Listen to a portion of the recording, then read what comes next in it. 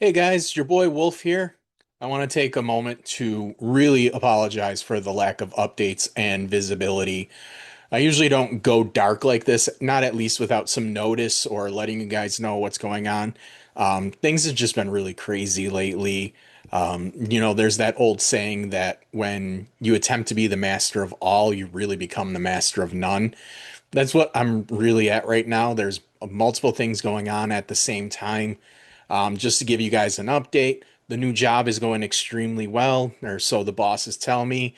I kind of go in every day a little bit anxious just because I'm used to it being super, super, super chaotic, and none of that is happening here. So when I start my day and shit's not hitting the fan automatically, I think it's just one of those things where I'm automatically getting anxious because I'm going, oh no, something's got to be wrong. Silence is the worst thing possible. Um, Almost a month in. Next week will be my 1 month, which has flown by, which in itself shows I made the right decision. There's so many other things that show that I've made the right decision. But that's the big one is just how easy things have gone. I'm still going to be picking up more clients there, but for now, everything's been super smooth, super easy going, and the bosses tell me that I've been doing very well. Um, Thanks to Dr. Red Roberts. You can go ahead and check out the two-part episode I had with him a couple months ago now. He's really been pushing me to get more active, get to the gym. If I want to be a wrestler, have my last run, the best part is to get in the shape. I'm sure he'll say different things about it, but let's leave it right there for now. Let's leave it right there. So I've been really going into the gym, 4 days a week. Especially the day I'm in office. I work from home 4 days a week.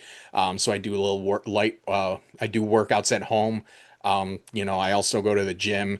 My work has a gym in office. So when I do go in on Tuesdays during my lunchtime, I'll go ahead and I will start doing the workout and then I'll come back and finish my job. The gym is super nice. It's, quality with up there with Planet Fitness. So I'm really, really pushing myself to work hard, at least in 30 minutes, maybe a little more. They're really not super strict on the lunch period, but I don't want to go an hour, hour and a half. If I go 35 minutes, it's okay. They have a shower there too, so I'm able to get cleaned up so I don't smell like garbage, the rest of the workday in office. Finally, I want to throw out there, please stay tuned for the new and improved upcoming bobroop.com. After all this, I'm working on building this up. I've been working on it the past couple of weeks, and I'm very happy with how it's turned out. My wife's also very happy with it as well. She actually is very impressed with my work. She's telling me I should, start charging people for it, but I do it for fun. I'm just hanging around. I'm just having some fun, helping people out who really need it. And, his website was really basic, thrown together. And I'm really trying to make it look like something he deserves. And I really feel like it is.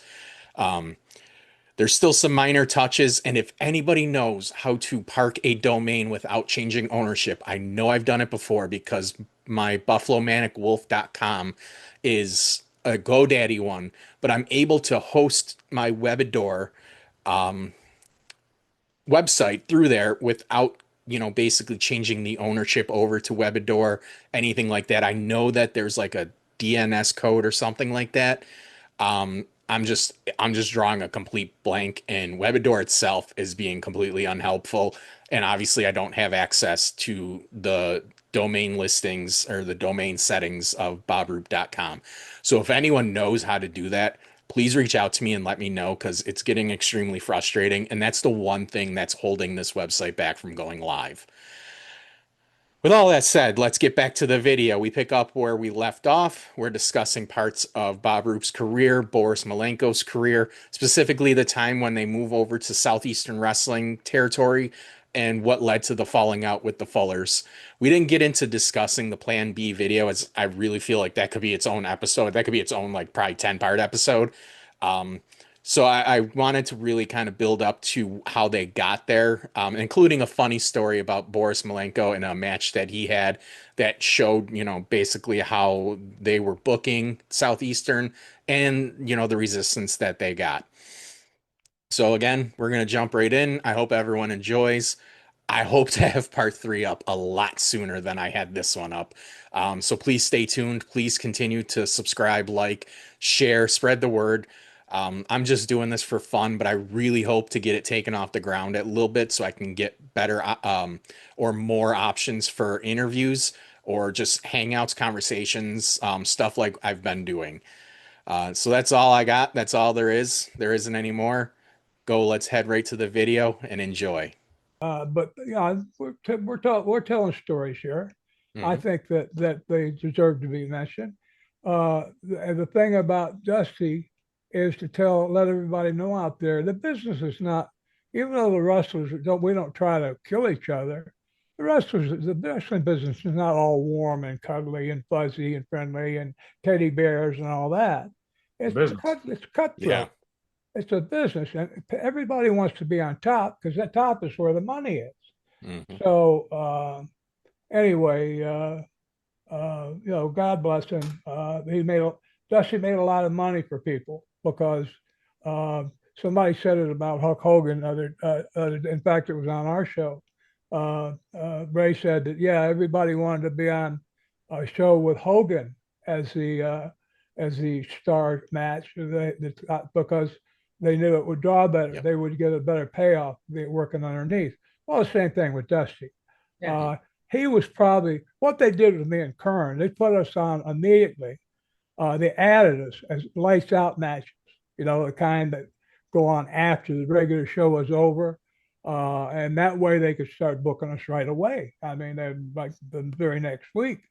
So, but it didn't last long. And, what I didn't mind, twice I had people pointing guns at me, veterans who had on their army jackets and had some kind of war wound of some kind. One guy showed me his leg; it looked like it had been ripped in half, and he said, "How to shoot you?" He said, "This is what I got for being in Vietnam." He said, "How to shoot you?"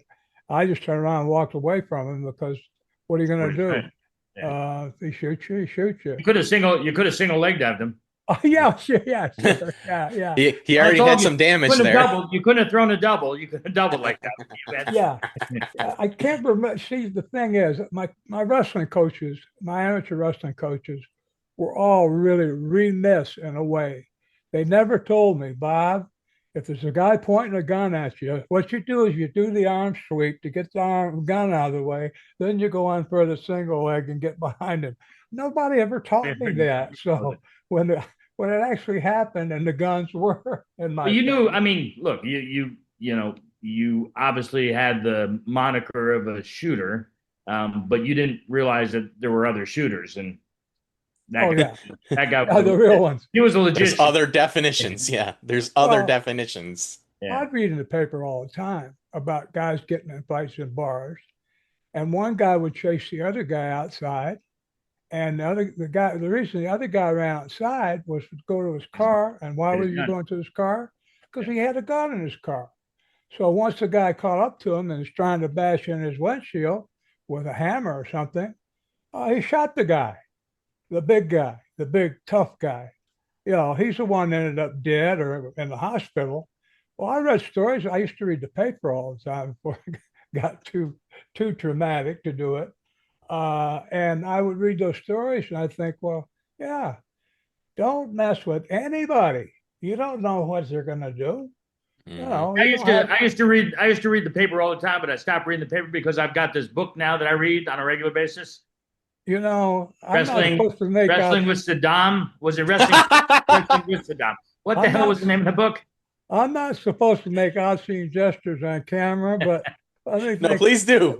Bob, there's Bob, just being on camera is an obscene gesture. Yeah. This is lawless territory here. I mean, I'm preaching the choir. We're both right. obscene. We're both walking obscene gestures. Right. Yeah. I imagine, I imagine if people say, "Yeah, I'm glad I can't see that much of that fat bastard's face," because what I can see of it is pretty grotesque. Mhm. But hey, uh, 33 years, 35 years as a wrestler, amateur and pro wrestler, I'm Very lucky I fair. can get up and walk in the morning. Tell me Yeah. about it. Yeah. You So know, would go you do it ahead. all again? Would you do it all again with some minor changes? No, No. because as if anything changed, I wouldn't have my boys. Now people say, yeah, but you wouldn't know them. You would have somebody else, maybe. Hmm. I said, well, yeah, but Yeah. in order for me to do that, what you're forcing me to do, what you're trying to tell me to do, is just forget how much I love these two boys I Your own have. voice. Hmm. And I tell you, if you can do that with your children, well, that's up to you. I said, but no, I would not change anything. I wouldn't Yeah. have my boys. I wouldn't There you have go. the life I have. Yep. No, nobody's life is perfect or great. We all have pains. We all have bad days. We all have things happen to us. That's life. It's how you adjust to it. How do you move on? The best thing I've learned that worrying is such a waste of time. If there's something that bothers me, I try to think everything I can do to avoid it or to deal with it once it comes, and then I try to forget it. Because if you're walking around worrying all the time, you're unhappy. Yeah. And life is too short to be unhappy.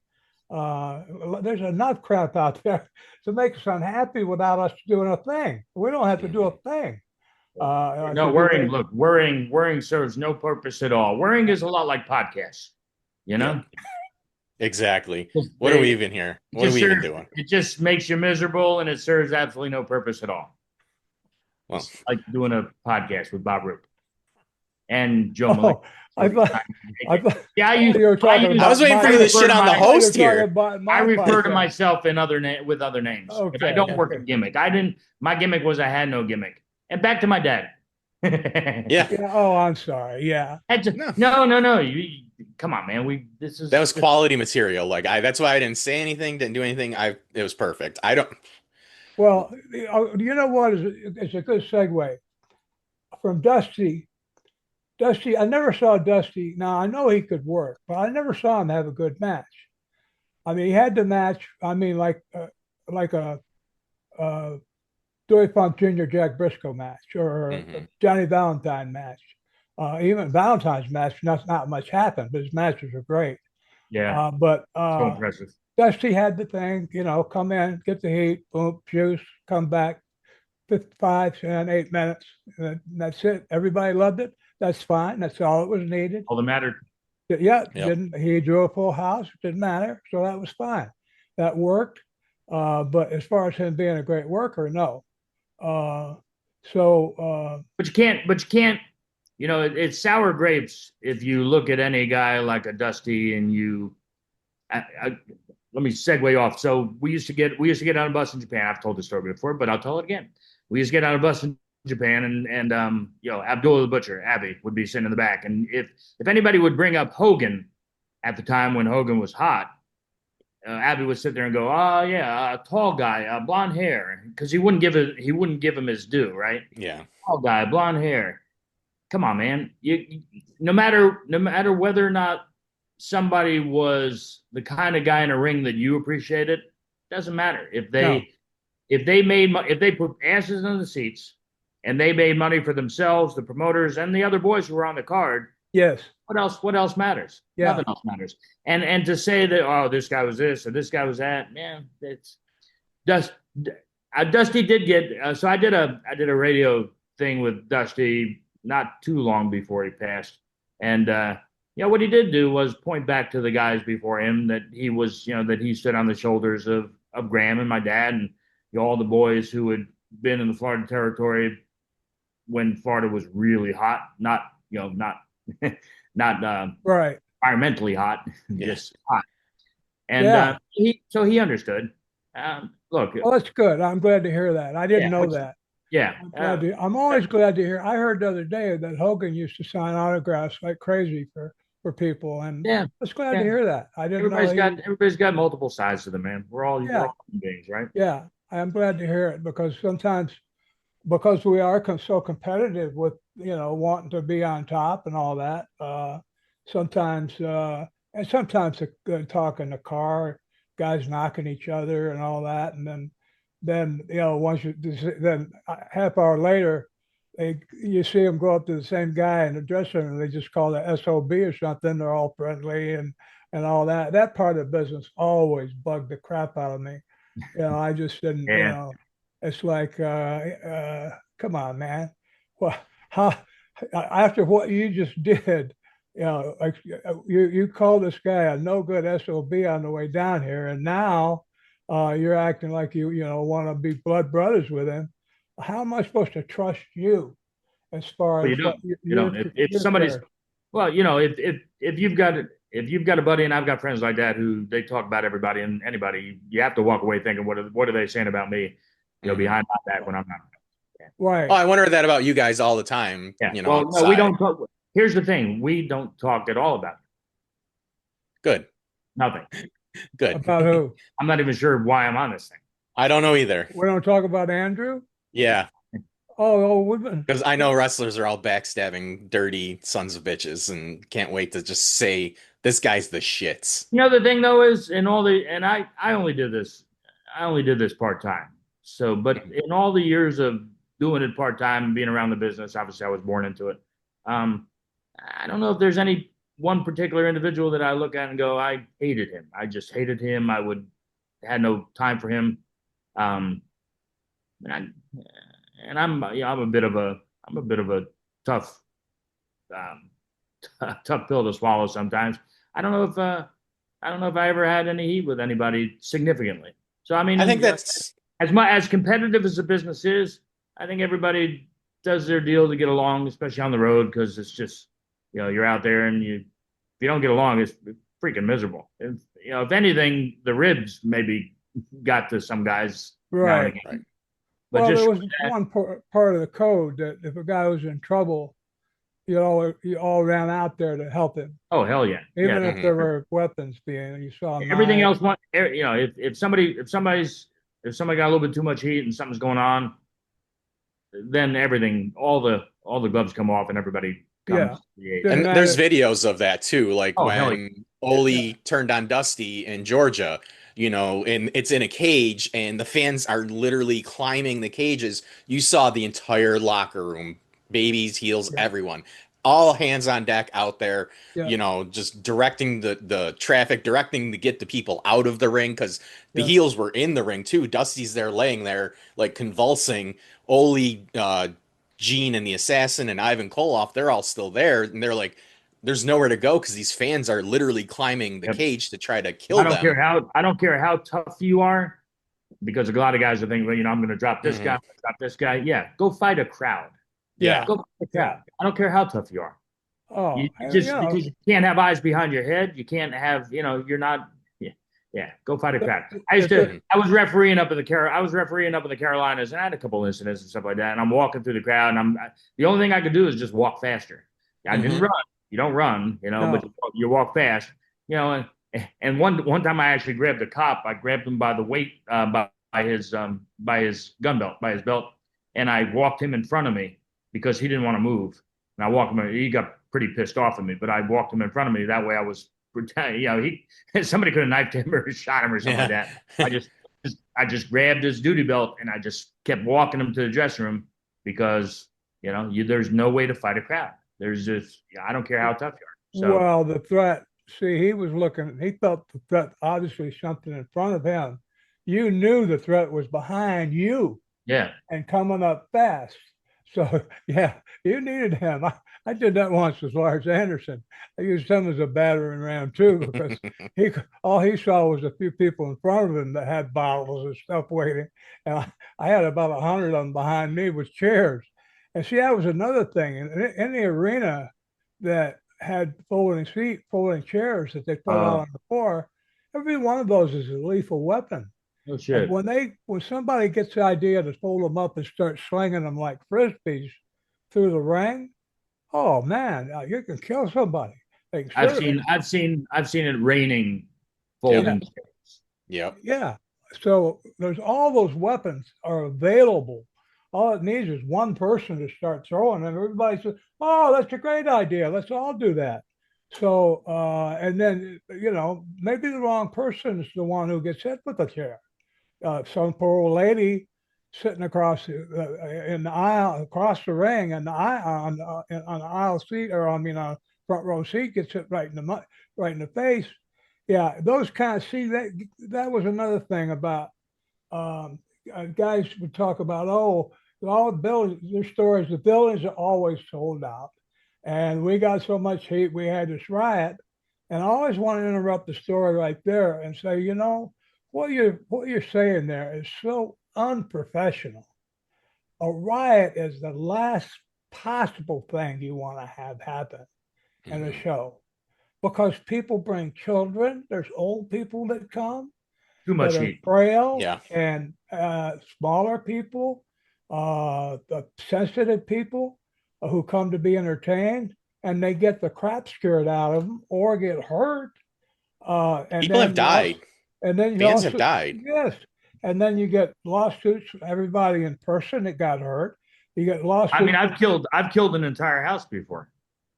oh, many That's times. In fact, every show I worked on with you.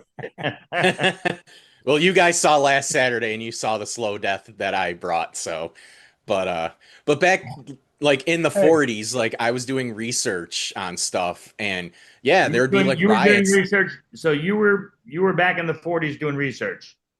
I was How doing research on the if I was back in the 40s, no. You, listen, you you know un- what, Bob, go back to talking. you need to understand something, Andrew. You need to understand something. Your match is on a continuum. It's actually there. It's Hmm. because now it's public. It's on a continuum. You have a continuum. Now, at one end on the drizzling continuum shits? is Yep. excellent. Oh, On excellent. the other end is Drizzling shits. the, the drizzling. Now, I did go on record when I was sucking up because He said it wasn't drizzling, I want some help with some website. I said, it wasn't the drizzling shit. It was It was just the just shit. shits. just the ordinary shits. Yeah. But if you work real Highest praise hard, I could get. if you work real hard and you keep at it, someday you can be the drizzling shits too. Ah, Ah, listen. You can go to the Joe Malenko School of Professional Wrestling. You too can be the drizzling shits. Yeah. you know I'm gonna make that into a logo later, right? You know I'm gonna make That's one. fine. Yeah, Mr. If Logan. there's a wrestler out there who hasn't had a severe embarrassment in a match, done something that's just so out of it, that That The one doesn't thing The doesn't one thing I will say about it is that it was a paid show for one of our sponsors. So a lot of the people that were there weren't wrestling fans at all. They were just employees of this company right. and they had their kids. And if nothing else, like I got the kids at least involved, like yeah. praying to make sure I was still alive. Um, so it was like that was at the end of the day, like I don't like to give Dr. Red credit, but he said that as long as you had fun, nobody got hurt, and everyone enjoyed it, that's all that matters. And I was like, well, at least I did that. Yeah, and seriously, with that kind of crowd, a lot of them just went because it was there. Yep. They weren't diehard wrestling fans. It's a party, a company picnic of some kind. They go to Yep. different things, to different events. This happened to be part of it. That's what we went to. You can't, there's no angle. It wasn't like you set somebody on fire, They probably had a to good time. start to, They did. yeah, yeah, I they wasn't did. supposed to wrestle at all. It was because people no But you showed. That's didn't. why, You really didn't. yeah. Well, Yeah. I did. Hey, I took two bumps that were passable. Everything else wasn't, I took a worse bump watching you. you know. I don't doubt it. I don't doubt it. Well, I almost feel bad saying stuff like I say, but then I realized, nah, I don't feel bad. No, you shouldn't. well, you know what?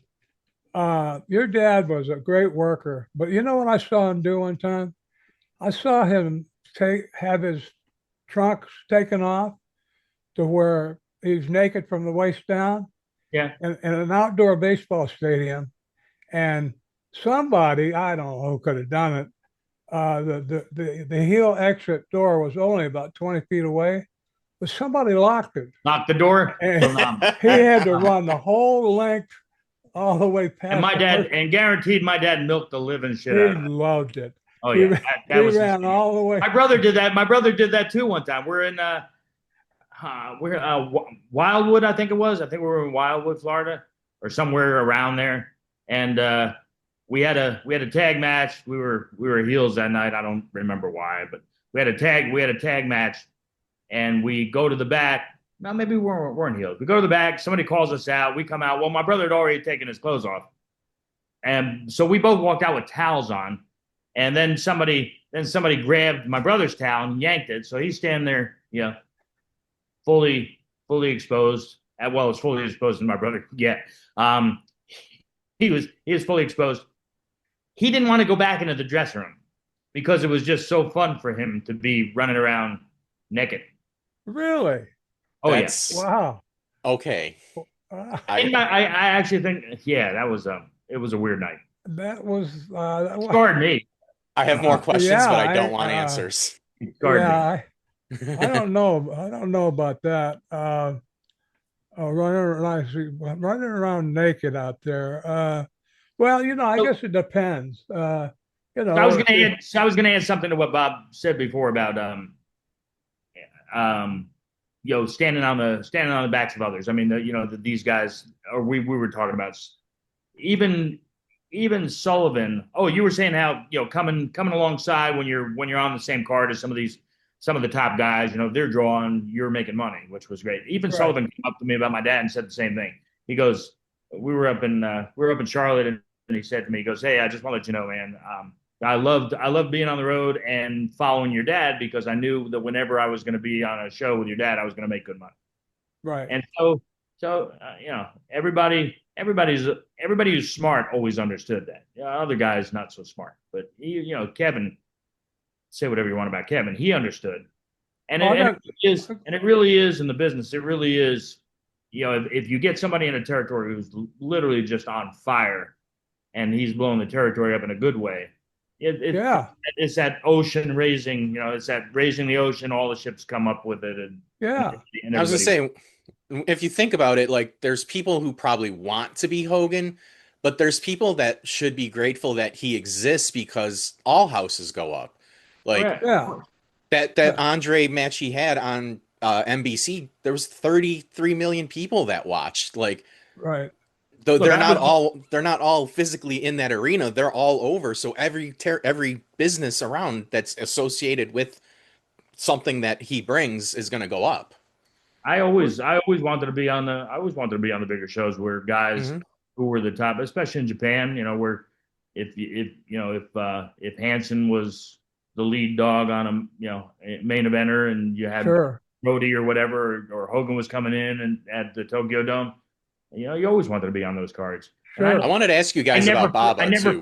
I never for 1 minute thought. I mean, I knew my place. I was a Mhm. mid card guy at best, and I contributed to the overall night, and the event that night, and people's either enjoying it or not. But that was it, and I was fine with that. So I wanted to be there. I wanted to be there every night when Hanson was front and center because you knew you were going to draw good crowds. Right. Well, in Okay, Japan, ask the Bob a question.